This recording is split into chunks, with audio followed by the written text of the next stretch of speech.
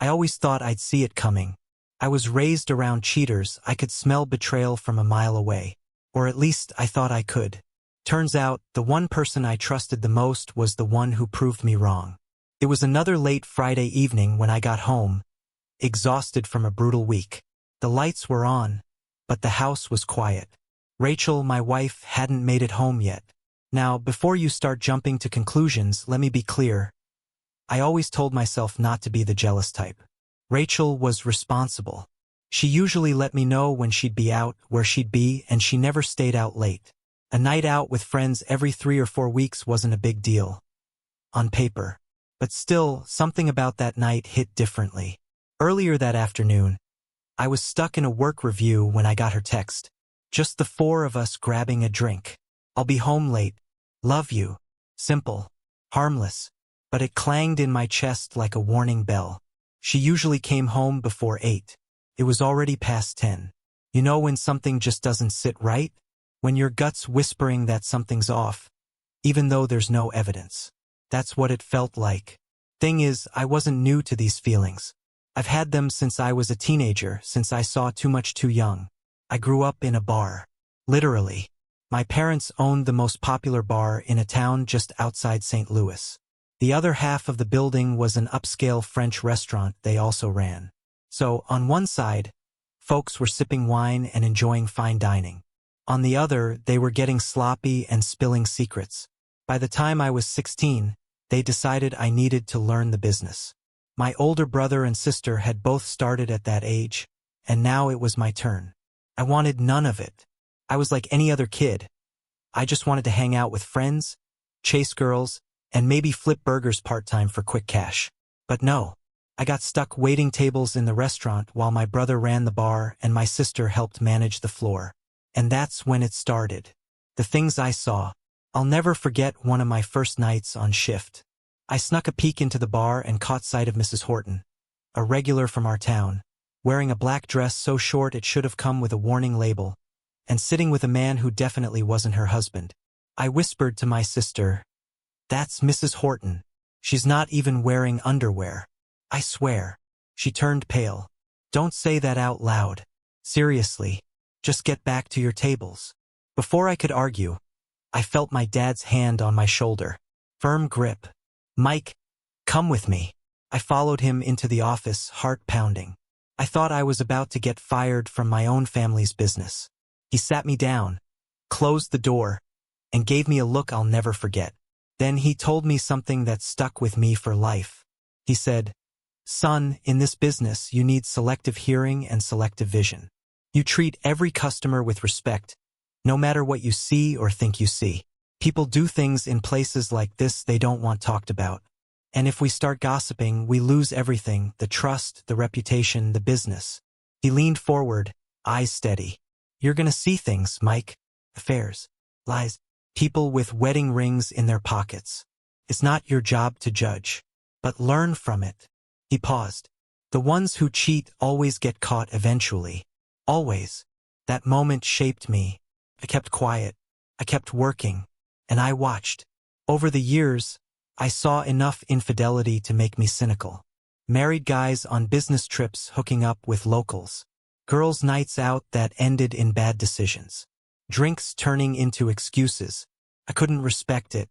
I didn't say anything, but inside, I judged every one of them. So, yeah, maybe that's why Rachel's message hit me the way it did. It wasn't that I didn't trust her. I didn't trust the scene. The whole late drinks with coworkers thing, the hotel nights, the travel. It all triggered memories of what I'd seen growing up. But Rachel wasn't like them. At least, I didn't think she was. We met during college. She worked in the restaurant with me. We used to joke about the cheaters we saw, laugh about how dumb they were for thinking they'd never get caught. That's what made me fall for her. She got it. She knew where the line was and why you never, ever crossed it. By the time we graduated, I proposed. We had a prenup, not because we didn't trust each other, but because both our families had money and insisted on it. We agreed everything we brought into the marriage stayed separate, including inheritance, pensions, and personal assets. It was practical, clean, smart. She got a job in finance. I built up a construction and landscaping business. 2 kids, a decent house, and a lot of hard work later, we were solid. Until the travel started. When Rachel's role shifted into compliance work, she started flying out more, at first just a few days a month. Then it became 2 weeks here, a week there. Every time she left, it gnawed at me. It wasn't that I didn't want her to succeed. I just knew how this world worked. People don't start cheating because they want to hurt you. They do it because they think they'll never get caught. And if there's one thing I learned in the bar business, it's this: people always mess up eventually. I just never thought she would be one of them. If someone had told me my wife would be the one to betray me, I would have laughed in their face. She wasn't just my partner. She was my teammate in spotting cheaters. We made fun of people who crossed that line. That's what made the truth cut so deep. Back when I was still green and learning the ropes at my parents' restaurant, I got a crash course in human weakness. My dad's little talk after the Mrs. Horton situation stuck with me for life. It wasn't just about keeping quiet. It was about understanding the psychology of betrayal. Dad always said, "In this business, you don't just serve food, you serve trust. People trust us not to judge them. But you'd better pay attention, because you'll see who people really are." He was right. I saw everything. Couples sneaking around. Local politicians with their secretaries. Wedding rings slipped into pockets before drinks. The same people would show up with their spouses the next weekend, like nothing happened. I never ratted anyone out. I kept my mouth shut, but inside, I was cataloging it all. By the time I was 18, I couldn't stand bars. Not because of the noise or the drunks, but because I knew what really went on behind the scenes. I didn't trust people who partied without their spouses. And I definitely didn't trust business travel. I know that makes me sound paranoid, but when you see the truth with your own eyes over and over, it changes you. And then came Rachel. She was new. Started waiting tables during my sophomore year of college. From day one, we clicked. Same work ethic, same dry sense of humor. But what really bonded us was how we saw the world. We'd watch customers sneak around and make sarcastic little comments to each other. "That one's gonna be caught by Christmas. Another girls' night special." Stuff like that. Rachel had zero tolerance for cheating. I mean, zero. She even asked my dad for the same discretion talk he gave me. Said she wanted to hear it for herself. When she did, she just nodded and said, "Yep, that's exactly how I see it too." We talked about marriage, kids, all of it. Agreed we'd never become like those people. If anything ever got that bad, we'd be honest. Walk away first. That was the rule. By senior year, I proposed. She said yes. Only bump in the road was the prenup. Both of our families insisted.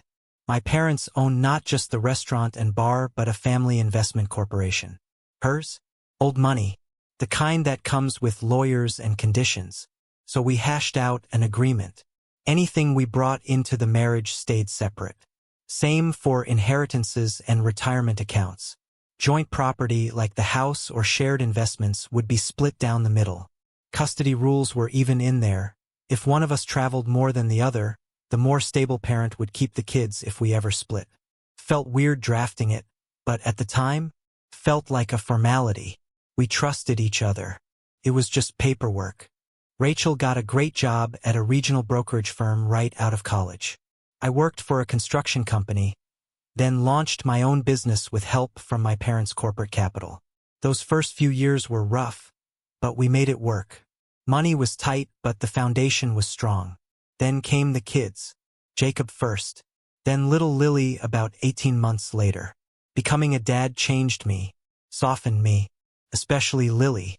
She was the spitting image of her mom. Same eyes, same stubborn smirk. If Rachel ever wanted to control me, she just had to send Lily to ask. By then, Rachel was rising fast at her firm.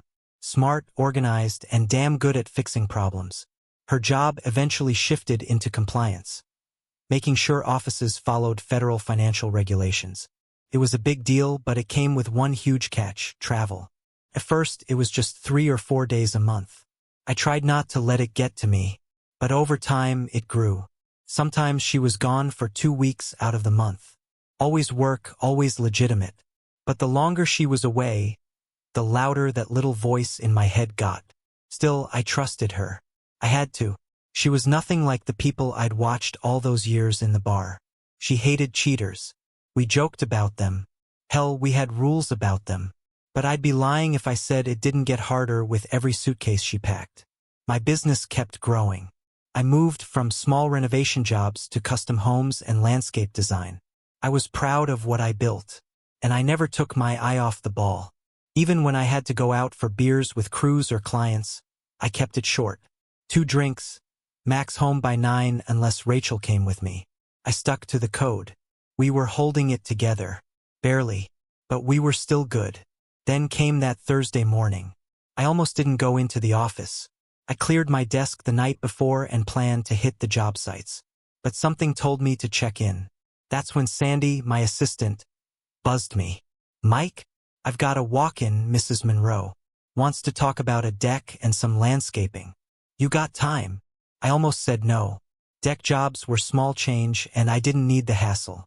But man, if I had just said no, maybe none of this would have happened. I told Sandy to send her in. And in walked my past and my future in the form of Olivia Monroe. You ever get hit with a feeling so strong it freezes you mid-sentence?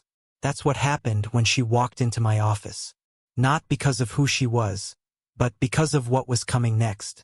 So there I was, expecting some quick consultation on a deck and a couple of shrubs, and in walks this woman who looked like a ghost from my teenage years. I swear I felt my brain short-circuit for a second. She had that same elegant, dangerous kind of beauty I remembered from working at my parents' place. Same confident walk. Same eyes that knew too much. I stood up and said, "Hi, I'm Mike. Mrs. Monroe, right?" She laughed. "Don't tell me you don't recognize me." I blinked. "Sorry. You just look familiar, but I can't place it." She stepped closer. "It's Olivia. Olivia Monroe. My mom's Donita Horton. We used to come to your family's restaurant all the time." And just like that, it clicked. Her mom, the Mrs. Horton, the woman who, back when I was 16, nearly cost me a job by showing up in a bar with some guy who wasn't her husband. Now here was her daughter, all grown up, standing in my office. We shook hands and laughed about how much time had passed. She told me about her husband, Brandon, and how they just bought a house near her old neighborhood. Said she wanted to build a porch, install a jacuzzi, maybe landscape the yard. Honestly, she seemed cool, easy to talk to, kind of refreshing, especially after weeks of spreadsheets and subcontractor headaches. We chatted for a bit and agreed I'd come by her place later that day to take measurements and get a feel for the job. Nothing complicated. No red flags. Yet, I showed up at Olivia's around 1:30. I was running a little late from a meeting on another site, but she didn't seem to mind. She opened the door, smiled, and said, "Don't worry about it. You're here now. Want something to drink before we head out back?" I declined and we went to the backyard. The setup was nice, nothing fancy, but enough space to do something cool. As I was measuring the patio, we started talking more about the jacuzzi. She wasn't sure what kind she wanted, what size, power requirements, installation logistics. I explained it'd be easier if she picked one first, then I'd build the deck around it. She looked a little overwhelmed. I said, "No stress. Let's take a ride to my supplier and look at some models. Get a sense of what you want." She agreed and off we went. That trip felt like a normal workday. We checked out tubs, picked out a compact 5-seater model, and headed back to her place. By the time we returned, she was a lot more relaxed. I needed to finalize some pricing updates and asked if she had a place I could hook up to the internet. "Sure," she said. "You can use Brandon's home office. He's a manufacturer rep, so he's got a full setup." I followed her inside. That office could have been in a downtown building. Big desk, dual monitors, bookshelves, even a little espresso machine in the corner. She pointed to the chair behind the desk. "Feel free to use his computer or plug into the network." I sat down, opened my laptop, and reached for the Ethernet cord. That's when I saw it. A framed photo sitting just off to the side of the monitor. Nothing unusual at first glance. But as I reached for the cord, my hand stopped. My brain registered what my eyes were seeing. My wife. Rachel. In the photo. With a man. Not just standing next to him, they were locked in a side hug. She was smiling and he was holding a trophy. Olivia noticed I'd frozen. Something wrong? She asked. I held up the photo. Who's this? She smiled. Oh, that's Brandon. And the woman's... his ex-Rachel, I think. Now my heart was in my throat. I whispered, "That's my wife." Silence. For a second, neither of us said anything. I stared at the photo, scanning it like it might suddenly change. I remembered that necklace. Rachel wore it all the time. I remembered the outfit, too. I bought it for her as a Christmas gift a couple years ago. I looked at Olivia, who suddenly looked pale. You said you and Brandon have been married, what, a year and a half? 18 months, she said, barely above a whisper. I nodded. That photo's not older than 2 years. That was all I needed to know. And not nearly enough. I asked, did Brandon mention how he knew Rachel? No, Olivia said. Just said she was an ex, nothing more. But now that I think about it, he didn't say when they dated. I leaned back in the chair and stared at the wall. Rachel told me she'd be in Denver that same week Brandon said he was going to be there for work. I asked, did Brandon ever say how he wanted to handle getting this work done? Did he tell you to call me? No, she said slowly. I found your name on a neighborhood list. Thought you might still be in construction. He doesn't even know I came here. My stomach churned. Olivia, I said quietly, I think we might both be married to people who are hiding something. She didn't argue. She just sat down in the chair opposite me, her face blank. The photo was still in my hand. And I was no longer just paranoid. That photo didn't just shake me. It flipped everything. My whole reality, marriage, love, trust, all suddenly felt like a story someone else had written for me. And I was done being the fool in it. The silence in Olivia's office felt like someone had hit pause on the world. We just sat there, both of us trying to process what we'd seen. That picture. It was simple, almost sweet if you didn't know the people in it. But I did. Rachel was smiling. Brandon had one arm wrapped tight around her shoulders. His other hand held a trophy, some kind of first-place award from a classic car show. It was a happy photo, and it crushed me. I kept staring at that necklace. I knew it like I knew my own heartbeat. I bought it for her. I wrapped it in tissue paper and put it under our tree 2 Christmases ago. Rachel cried when she opened it. Now here it was, immortalized in a picture with another man. I looked at Olivia. That photo, it's recent. Maybe 18 months old. That necklace? I gave her that just 2 years ago. She nodded slowly. Brandon said it was from an old relationship. I believed him. Did he mention when the picture was taken? No, she said. But I remember that trophy. He won it at the State Chevrolet show. 3 weeks before our wedding. I felt a punch to the gut. Rachel and I had already been married for years at that point. And according to Olivia, Brandon had this photo taken 3 weeks before marrying her, posing with my wife. So either the timeline was way off or something was very, very wrong. I stood up and paced across the office. What if we're not imagining this? What if this isn't just a coincidence or a leftover photo from before your wedding? Olivia was quiet. Then she said something that chilled me. They're both in Denver this week. I stopped mid-step. What? Brandon told me he had a business trip in Denver. Left Sunday. Said he'd be back Friday night. I stared at her, then slowly said, Rachel told me the same thing. She's been in Denver all week for a compliance audit. Now we weren't just talking about a suspicious photo. We were talking about a possible current affair. Same city. Same timeline. No explanations. I turned back to Olivia. I need to know the truth. I have to know. She nodded. Me too. We came up with a plan. Neither of us would say anything to our spouses, not yet. No confrontation. No accusations. We'd act like nothing had happened. Instead, we'd hire a private investigator. It wasn't something I'd ever thought I'd do. I always figured that if I ever doubted my partner, the marriage was already dead.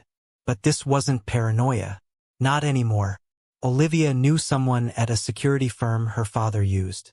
They did surveillance for construction sites and had a private investigation division. She made the call the next morning. I was there when she did. We drove to the agency together. Sat down with a guy named Rick, former law enforcement, sharp as a blade. He listened to our story, asked a few quiet questions, and then leaned back. "We'll find out what's real," he said. "No assumptions. No guessing. We'll follow both of them, document everything, and report back to you. If they're clean, we'll tell you. If they're not, you'll get proof." That was all we needed to hear. We signed the papers. Olivia wrote her check first and shortened the name on the payee line so Brandon wouldn't notice anything if he saw it. I used my business account. Rachel never touched it. We left the office with a copy of the contract and a heavy silence between us. No more theories. No more guessing. Now it was time to know. For the next 3 weeks, Olivia and I stayed in touch but played it cool at home. Rachel was her usual self. Loving, cheerful, helpful with the kids. She didn't act distant or nervous. If anything, she was more affectionate, more attentive, and that just made it worse. Because now every kiss felt suspicious. Every hug felt like a cover-up. Every "I love you" sounded like it had a question mark at the end. I hated feeling like that, but I hated not knowing even more. Then came the call from Rick. "Nothing so far," he said. "We've watched them both work, hotels, nights out. No shady behavior. Last Friday, Rachel went out with some coworkers. They danced at a few bars. She had one dance with Brandon, but it was totally above board. No touching, no kissing. Just one dance." I let out a breath I hadn't realized I was holding. Was I wrong? Was it all just coincidence? I checked Rachel's phone records, her texts, her laptop. Everything was clean. Cleaner than it should have been, honestly. We'd even placed voice recorders in her car and purse. Nothing. After a month, it started to feel like maybe I was losing my mind. Maybe the photo was old. Maybe Brandon really was an ex, and the trophy event just overlapped with their past. Maybe the universe was playing some cruel joke. Maybe I was the problem. Olivia and I agreed to end the surveillance after one last trip. Just one. Rachel told me she had another compliance audit coming up. Austin, Texas. Brandon told Olivia he was heading to San Antonio. Those cities are just an hour apart. If this final trip turned up nothing, we'd let it go. But if it didn't, we'd know for sure. The hardest part about betrayal isn't the act itself. It's how normal everything feels while it's happening. How they still kiss you goodnight. How they still say, "I love you," with a straight face. After the first round of surveillance came back clean, I tried to talk myself down. I told myself I was just being paranoid. That the photo was from years ago. That Brandon and Rachel just happened to end up in the same picture during some event and that it didn't mean anything. But that voice in my head, the one I grew up with watching cheaters parade through my parents' bar, wouldn't shut up. People don't get caught right away. The smart ones hide it. They plan. They separate business and pleasure with military precision. But no matter how slick they are, they always slip eventually. I told Olivia we'd give it one more shot. One more trip. That week, Rachel told me she'd be flying into Austin for a compliance check. Brandon told Olivia he'd be in San Antonio, an hour's drive from Austin. Close enough for a rendezvous. Far enough to keep up appearances. I didn't say a word to Rachel. I smiled, helped pack her bags, kissed her goodbye like I always did. And as soon as she left, I called Rick and gave him the green light. That week was hell. The waiting, the silence, the knowing but not knowing. I called the investigators twice, but both times they said the same thing. "We're on it. Full coverage. You'll get the full report Monday." That Friday night, I took Rachel out to dinner. I wanted to look her in the eye, see if she blinked. She didn't. She was laughing, joking, flirting like nothing had changed. We got home, put the kids to bed, and curled up together under the covers like we always did. And that's when I asked the question. "Do you remember when we worked at my dad's restaurant? All the stuff we used to see? The cheaters, the sneaking around, the lies?" Rachel stiffened for half a second. Just enough for me to feel it in her shoulders. Then she smiled. "Yeah, some of those people were idiots. Got caught doing the dumbest stuff. I remember we used to say, "You can lie, but eventually you'll trip over your own feet." I nodded. Funny thing is, one of the guys at work is going through something like that. Thinks his wife is cheating. Hasn't caught her, but says something feels off. Rachel was quiet, then said, "That's sad. But I don't know why people assume cheating always leads to divorce." I looked at her. "What do you mean?" "I mean, maybe the person cheating still loves their spouse. Maybe it's not about love. Maybe it's just, I don't know, a moment, a mistake." I stared at the ceiling, heart thudding. No, this guy's like me. Grew up around betrayal. He's not the type to forgive that kind of thing. Rachel turned to me and kissed my shoulder. "Then I guess he's lucky to have someone like you in his life." We said goodnight. But I didn't sleep. Monday came. Olivia and I met with Rick. He didn't start with a greeting. He just sat down, opened a file and said, "You were right." My heart dropped. We followed them both. They flew into their respective cities on Sunday night, stayed at different hotels, different rental cars, separate check-ins. On paper, nothing connected them. Then he pulled out the photos. They met at a third hotel, different name, neutral territory. She registered under a fake name, Angela Foster. Paid with a card linked to a post office box in Missouri. Used a fake ID. Brandon checked in under Stephen Allen, another alias. Paid in cash. They booked adjoining rooms. Not the same room, but side by side. One of them would check in early, the other later. No front desk red flags. Nothing that would ever show up on a receipt. And still, we caught them. Rick pushed a recorder across the table. "I wasn't even going to bring this up, but it's weird. I've tracked a lot of affairs, and this one doesn't feel like an affair. It feels like a project." He pressed play. Rachel's voice came through, quiet but clear. "You know, Brandon, I think we need to stop. We've been doing this for 6 years now. It was fun, sure. But we proved the point. We're the exception. Smart cheaters. We beat the odds." She laughed a little. "Honestly, the planning is what kept me going. Booking the rooms, faking the documents, keeping it clean. It was like a puzzle. But now, the thrill's gone. The game's played out. I love Mike, and I don't want to lose him." Then Brandon responded. "Same. It's just weird, right? Like it was never even about us. It was about proving we could pull it off." Rachel again. "Sex wasn't even that good, if we're being real. It was just part of the game." Rick stopped the recording. "You asked us to find the truth. That's the truth. She wasn't in love. She wasn't trying to leave you. She was trying to win." I didn't speak. Not because I was shocked, but because I already knew. The moment she said, "smart cheaters," I knew exactly where it started, and exactly why she thought she could pull it off. Some people cheat because they're bored. Some because they're broken. But my wife, she cheated because she wanted to prove she could outsmart the truth. I sat there in the investigator's office, the tape recorder still spinning even though the conversation had ended. Rachel's voice lingered in the room like smoke. Calm, almost proud. She wasn't crying. She wasn't begging. She wasn't confessing with shame. She was analyzing it, like it was a business project she just wrapped up. A 6-year experiment. I felt sick. Olivia sat beside me, her hands clenched in her lap. She wasn't crying either. We were both beyond that. We were in that numb zone where your brain is still trying to process just how far someone you love can fall. Rick cleared his throat. "We have more audio, more images. But honestly, that was the part you needed to hear. It explains everything." He slid a folder across the table, photos, hotel receipts, surveillance notes. But I didn't even look. I just asked, "Did she ever say anything about me?" Rick gave me a look. "That was it. She said she loved you.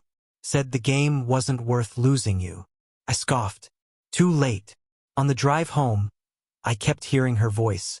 "I love Mike, and I don't want to lose him." She said it like a line she'd rehearsed. Like loving me gave her a free pass for what she was doing behind my back. But the part that haunted me more was the beginning of that recording. "We've been doing this for 6 years now." 6 years. That wasn't a one-night mistake. That wasn't a slip-up during a rough patch. That was a campaign. A covert operation. A secret life built inside our marriage, disguised as travel and professionalism. The next day, I made an appointment with a divorce attorney. Olivia and I went together, figured it made sense to split legal costs since we'd already shared the investigator bill.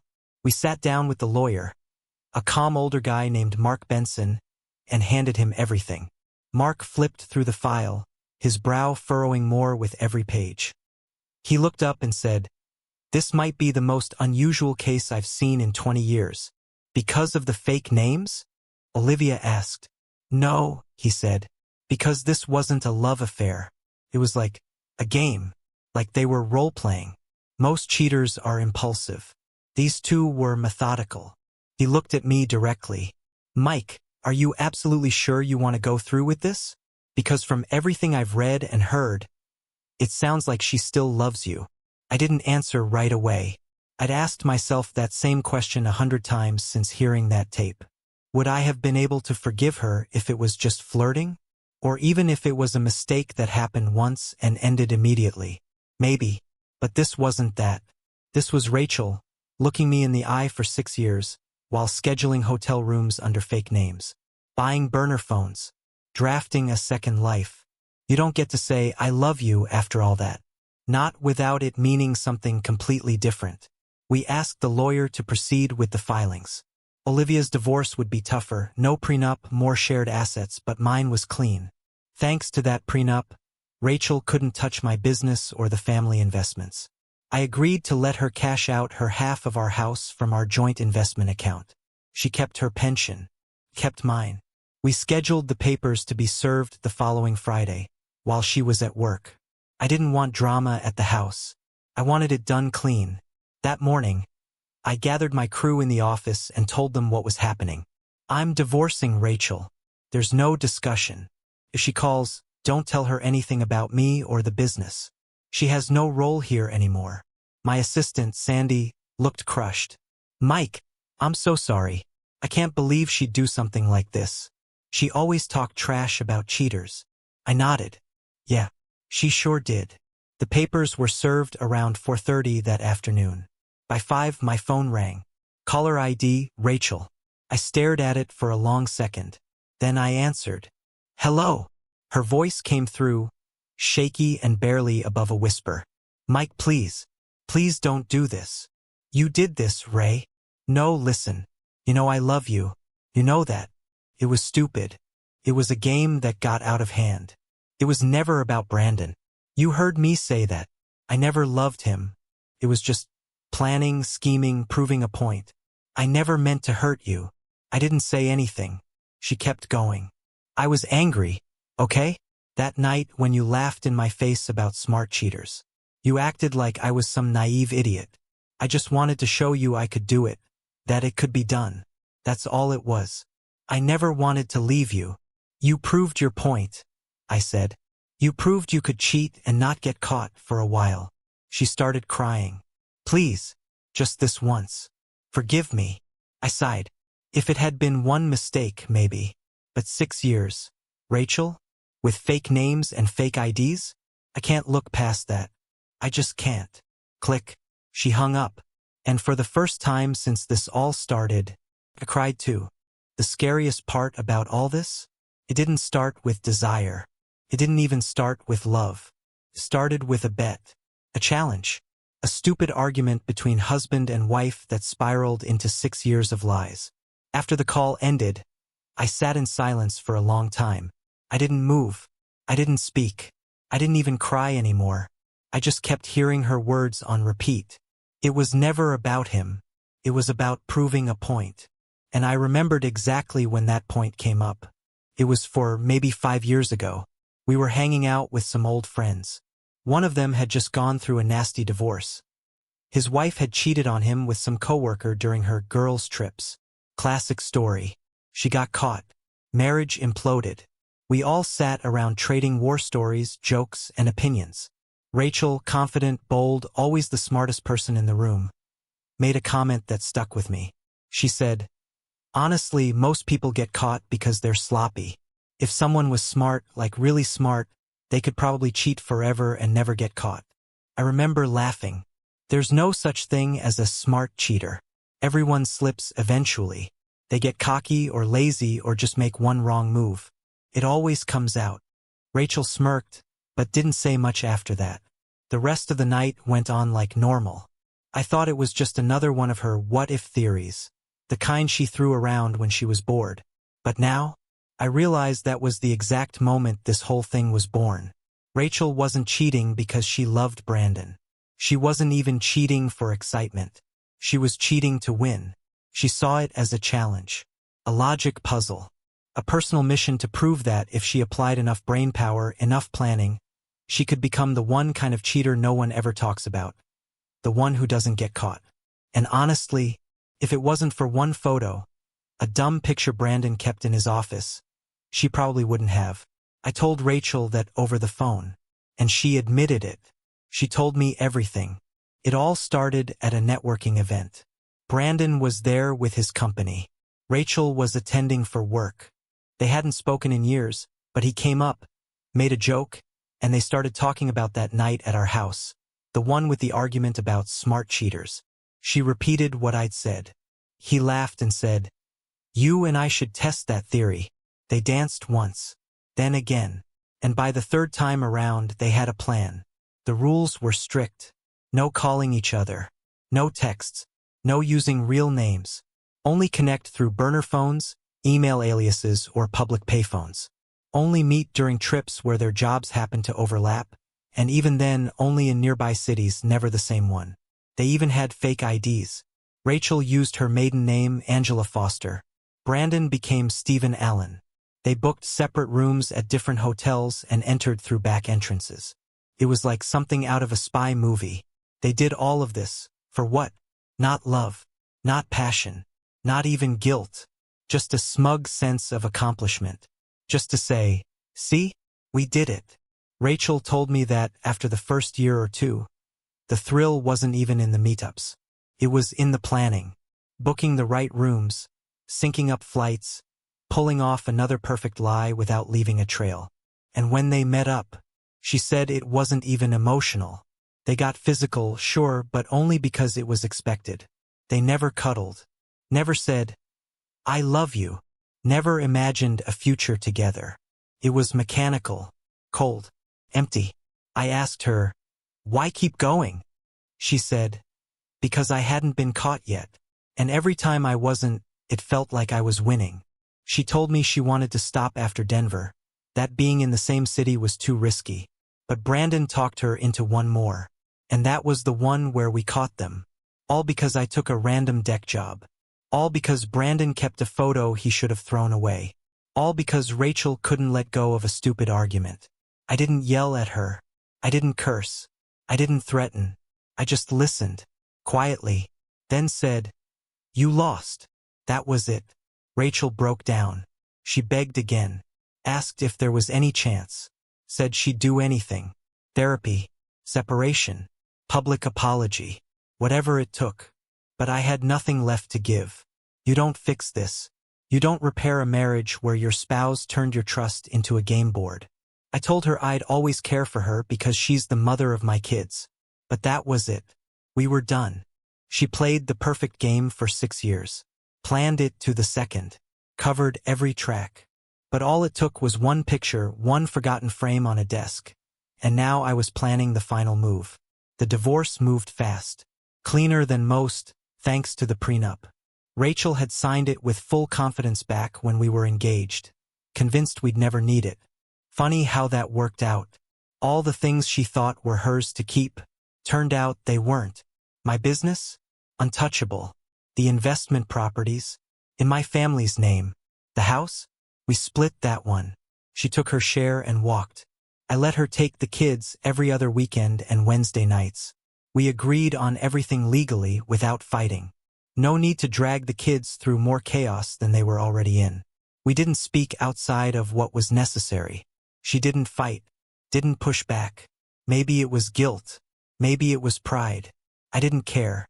To be honest, part of me still wanted to hold her when I saw her with Lily, or when she smiled a certain way. But every time that feeling crept up, I remembered those tapes. We're smart cheaters. We beat the odds. No, you didn't. You just had more time to lie. Olivia and I kept in touch. We text now and then, check in after court updates or file reviews. First, it was just business. Then, it wasn't. A couple of months after our divorces finalized, I ran into her by accident. I had taken Jacob and Lily to a family diner for dinner. We were just sitting down when I saw her step through the front door. Alone. Looked a little lost. The hostess greeted her and asked how many. She held up one finger. Before the hostess could even grab a menu, I stood up and waved her over. Olivia. Hey, over here. She looked surprised, then smiled. A real smile.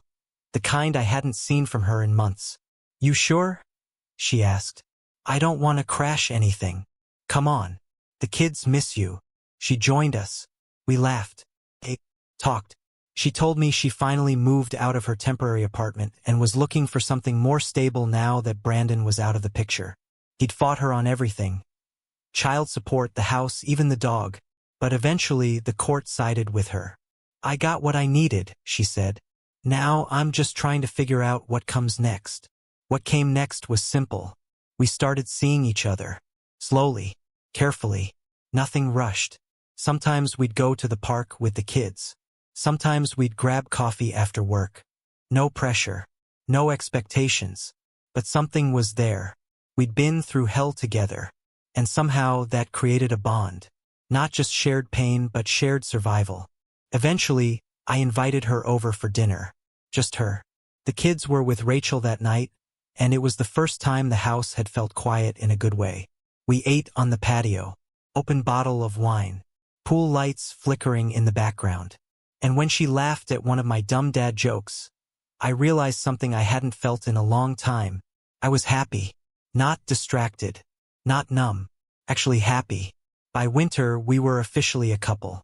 And yeah, the families noticed. My parents practically threw a party the first time I brought her to the restaurant. Olivia's mom, Diane, even gave me a quiet nod of approval the first time she saw us holding hands.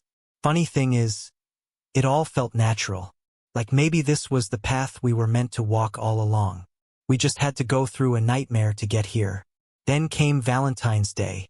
I know it sounds cheesy, but that night, after our shift helping my family at the restaurant's annual dinner, I brought her up on stage. The band had taken a break, the lights were low, and I asked her to hold the mic stand. She looked confused. Why? I dropped to one knee, pulled out the box and smiled. Because I need to borrow the spotlight for just one question. She gasped as I opened the box and asked, right there in front of everyone, will you marry me? The room went dead silent for a second. Then came the cheers, clapping, whistles. Olivia stood frozen, tears welling up. Then she whispered, yes. I used to think getting cheated on would break me, and for a while it did. But sometimes, the end of one story is just the setup for something better, something real. The night Olivia said yes, I felt something shift inside me. Not relief, not revenge, just peace. I hadn't felt peace in years. After everything, the lies, the planning, the fake names, the betrayal masked as strategy, I didn't think I'd be capable of trusting again. But there she was, standing in front of me, with tears in her eyes, holding my hand like it was the one place she knew she was safe. And for the first time since that photo landed on my desk, I believed it was going to be okay. Over the next few months, Olivia slowly moved into my house. Nothing dramatic. No boxes stacked to the ceiling. Just gradual blending. Toothbrush here. Slippers there. A favorite mug in the kitchen. Her scent on the pillow next to mine. The kids adjusted faster than I expected. Lily adored Olivia, started calling her Livy within the first couple of weeks. Jacob, who'd been quieter about the divorce, opened up to her in a way he never really did with anyone else. I don't think he even realized how much he needed her until she was just there. Every morning, every school pickup, every story at bedtime. And me? I was finally breathing again. We were planning a June wedding. Simple, nothing big. Just family, a few friends, and a lot of food. But about 2 weeks before the big day, I found something unexpected. I was sorting through some old keepsake boxes, the kind you move 3 times but never unpack, when I came across a yellowed envelope tucked inside a book of family recipes. It wasn't addressed, but inside was a heart-shaped valentine, handwritten, faded. The message read, "I received this valentine from the only man I've ever loved. Since then, I've carefully kept it. Somehow, it feels right to pass it on to you now. Maybe this is symbolic, a transfer of heart. May you never break another's, and may your love stay stronger than your pride. Congratulations, Rachel." I stared at it for a long time. I didn't cry. I didn't smile. I just felt done. That was her last word, her final act. And honestly, I was glad she sent it. Not because it changed anything, it didn't, but because it meant she understood she'd lost something she could never get back. Olivia and I got married on a warm June afternoon. The ceremony was held in my parents' backyard, under the same trees I used to climb as a kid. The same yard where I learned the meaning of discretion, loyalty, and consequences. But that day wasn't about the past. It was about the second chance I never thought I'd get. After the ceremony, Olivia and I opened gifts with the kids. Laughter filled the air. Glasses clinked. The weight that had been hanging on me for so long? Gone. The best part? Nothing felt forced. This wasn't some happily ever after story patched together to make up for a broken one. This was something new, something earned. One evening a few weeks later, I was sitting out by the pool. Olivia was inside with Lily, working on art projects or homework. I couldn't even keep track anymore. I stared at the water, the reflection of the sky, and thought about how much had changed. Then I heard the screen door slide open behind me. "I brought your drink," Olivia said, setting a glass down beside me.